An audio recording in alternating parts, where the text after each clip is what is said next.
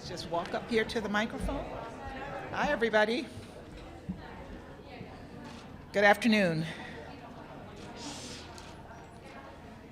Let me just start by saying thank you for being here on this day. Thanks to this resolution that we voted unanimously on today, millions of Syrians can breathe a small sigh of relief, knowing that vital humanitarian aid will continue to flow into Idlib through the Bab Al-Hawa border crossing for another year. Parents can sleep at night knowing that their children will be fed on July 12th. The humanitarian agreement we've reached here will literally save lives. When I visited the Turkish-Syria border last month, I saw the deep suffering of the Syrian people firsthand. I came away from that visit committed to ensuring that we kept that border crossing open. There are bright rays of hope here with the Bab Al-Hawa border crossing. Through that crossing, every single month, 1,000 trucks cross the border with food, clean water, vaccines, and medicines. And now, thanks to today's critical humanitarian agreement, they will be able to keep that vital lifeline flowing. This humanitarian agreement was possible thanks to the strong leadership of the co-pen holders, Ireland and Norway. It is possible thanks to all of my colleagues who were able to align on this vitally important outcome. And it was possible above all because the United States and Russia were able to come together, work diplomatically, and forge an agreement that would meet the humanitarian needs of the Syrian people. Of course, we need to do more. We urge the Security Council to go even further and expand the humanitarian access that is so desperately needed.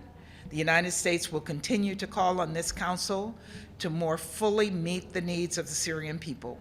There's a lot we can do together in the coming months to meet these critical humanitarian needs, and that is why this humanitarian initiative is so critical.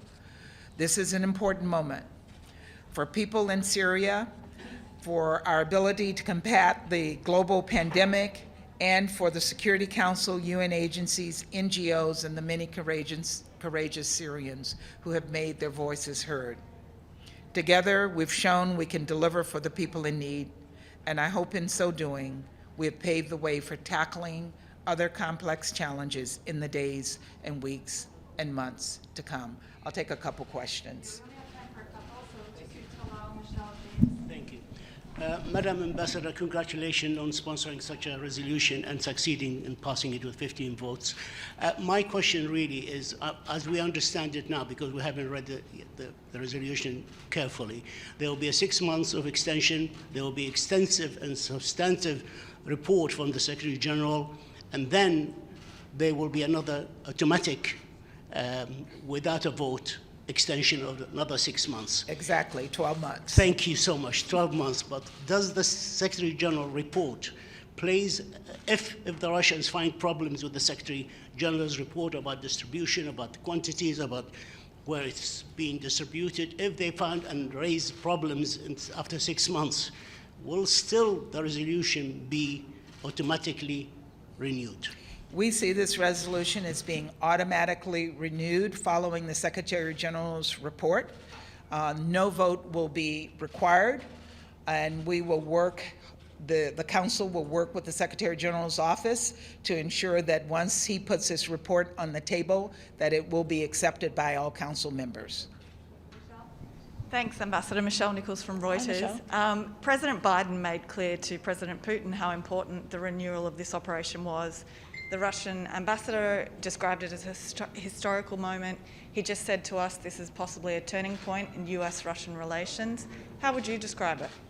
I certainly see it as an important moment in our relationship, and it shows that what we can do with the Russians if we work with them diplomatically on common goals. And this was a common goal that we were able to come to an agreement on.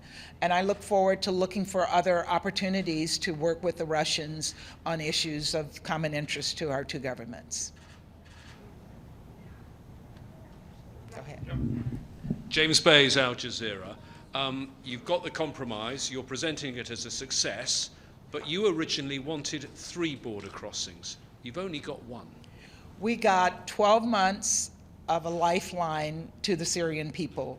Certainly, we would have wanted to have 3 border crossings, and I made that clear in my statement that we wanted more, but we certainly didn't want less, and this is a success. Okay. Thank you. Have a good weekend.